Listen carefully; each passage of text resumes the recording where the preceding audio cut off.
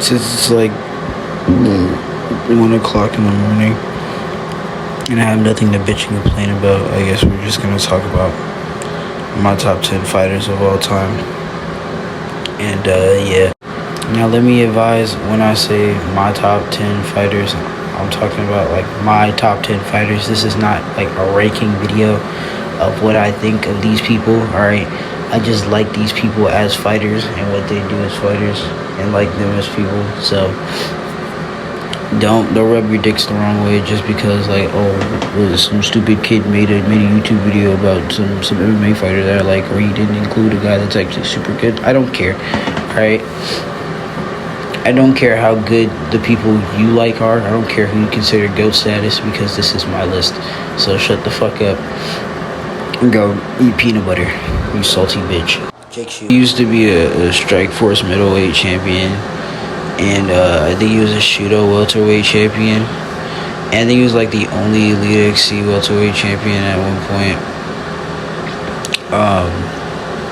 Now he's super good at jiu-jitsu though. Like, I don't know why Joe Rogan doesn't suck his dick enough. Like, honestly, he's actually like super fucking good at jiu-jitsu, bro. Like, if you compared him to like the Diaz boys, it's just like identical in the ground game. It's actually like super fucking impressive. But that's just for like people who give a fuck about hugging another man on the ground, I guess. I really don't have much else to say about Shields, and that's not dunking on him. That's just like, he was dominant when jiu-jitsu was like super good, but now it's just like kind of whack. Not that I hate seeing it though, it's pretty impressive to see. But if I had to give Shields a Pokemon typing, I'd probably give him fighting, but that'd be way too easy, so I'm gonna give him the dual typing of fighting and ground.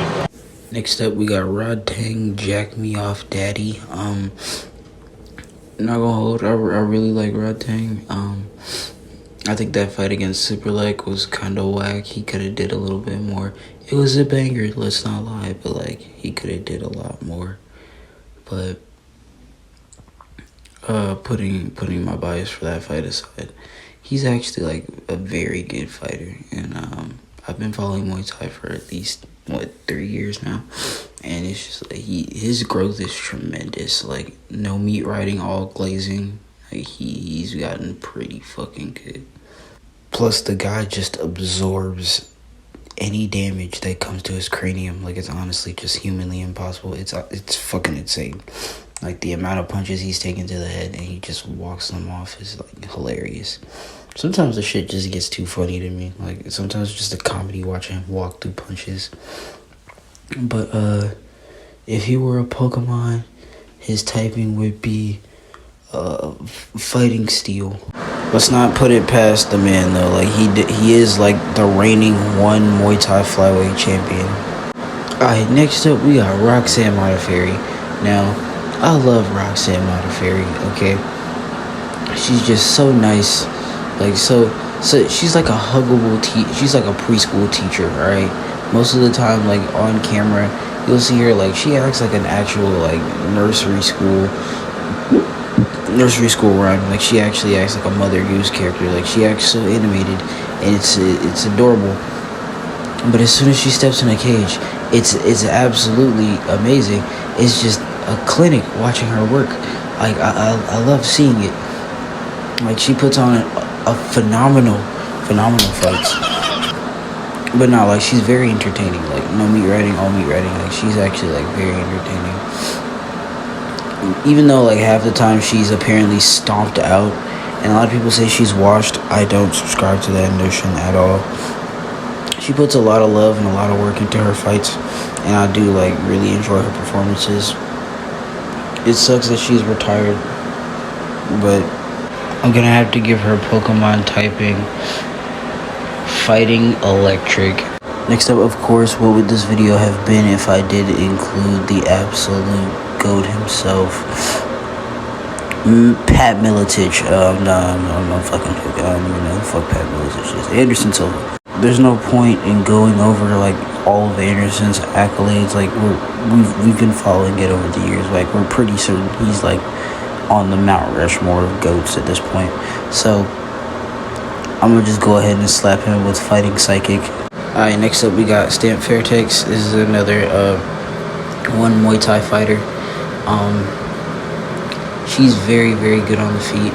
She's a very entertaining performer and fighter. Her walkouts are absolutely amazing. She's electrifying. She's actually like pretty fucking cool. I'm not gonna hold. There was those little couple of videos when she came and did her little ooh thing in America. You know, make all the little MMA nerds nut in their pants a little bit. But besides all that, she's actually a very well-rounded fighter.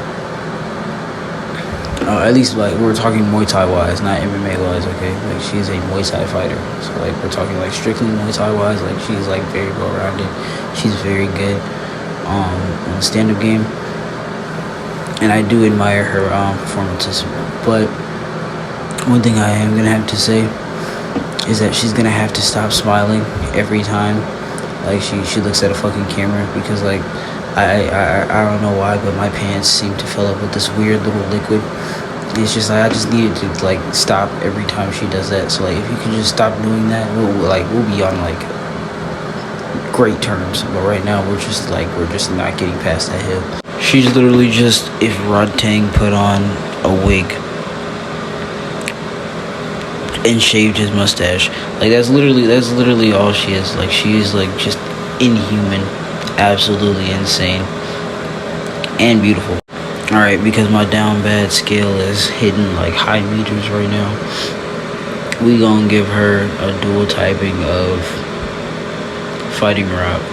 Right, up next is Corey Sandhagen. Now, at first Corey Sandhagen, he was kind of boring to me. He wasn't all that interesting. I thought he was just like another one of those mediocre ass fighters that Dana just decided to sign because like he needed to fill up the roster, and I wasn't really interested in him like when he first came on the scene. I'm not gonna hold him, but he grew on me. He grew on me in the past past 2 years or so. And that fight with TJ Dillashaw really cemented him with me. Like, that shit was like a war. That was a fucking banger right there. I was actually upset I didn't get this see that one, but. Yeah, Corey Sandhagen, really cool. He's got like a crazy mentality that I like absolutely respect. So big props to Corey Sandhagen. He's a very good striker. The worst thing I think going for him is just like he keeps getting fucked against like the bantamweights they put him up against, I guess. I don't think he's fought recently. Besides maybe the one time, but I don't think he's fought much recently anyway, so it really isn't much to go off of. So I'm just basing this like straight off the TJ Dillashaw fight. But if I were to give him a Pokemon typing, I'd give him firefighting. Anyways, up next is Justin Gaethje. Gaethje, we all know Gaethje, bro. Alright, like, are we fucking dumb? Like, we know who Justin Gaethje is, alright? The man literally just walks forward and like taps you, and you could literally just die whenever he feels like just trying. The man is actually like super tough, super talented, and ever since Patient Gaethje came on the scene, I've been following him because like for a while I really thought he was just gonna be one of those brawler type of fighters who were just gonna sit there and rush him head on, which wouldn't have been bad, honestly. Like it was working for him for a good moment, but you know, ever since he switched up the style of fighting and like started to be Patient Gaethje, you know, like shit was actually pretty tough, and I was following him. And you know, I gotta say I'm very impressed. You know, not with the BMF title and all that gimmick shit Dana's been pulling, but like, you know, I gotta say I've been very impressed. You know, I gotta give him his props. He's like very good. But you know, his Pokemon typing for me would be Fighting Dark. And of course up next, I couldn't even speak on her name in vain. The sexiest woman to ever walk inside the octagon. The woman to put it down with technique, finesse, style, and just overall badassery. the absolute sexiness of Chris fucking Cyborg. I bet her traps could choke the shit out of me. I just want her to trap me between her quads and just squeeze me until I slowly close my eyes and lose consciousness. I want her to put me in a rear naked choke and just hold it until I go limp, and then record what she does to my body. But all that aside, she'd probably be Fighting Fairy. The last one I'm doing is Nate Diaz, because he's just overall like the Stockton bad boy, the fucking Stockton gangster, fucking Stockton Lodi 209 motherfucker. That motherfucker ain't never lost a round in his motherfucking life. You know what I'm saying? He ain't never been knocked out, you know what I'm saying?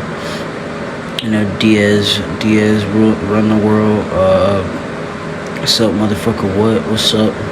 Shout out Jake Shields and the Scrap Pack. Shout out Big Brother Nick. And his Pokemon typing would be Fighting Water.